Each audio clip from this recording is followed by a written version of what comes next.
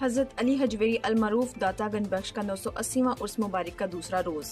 D C Lahore رافع حیدر کا داتا دربار اور اطراف میں انتظامات کا جائزہ لینے کے لیے دورہ۔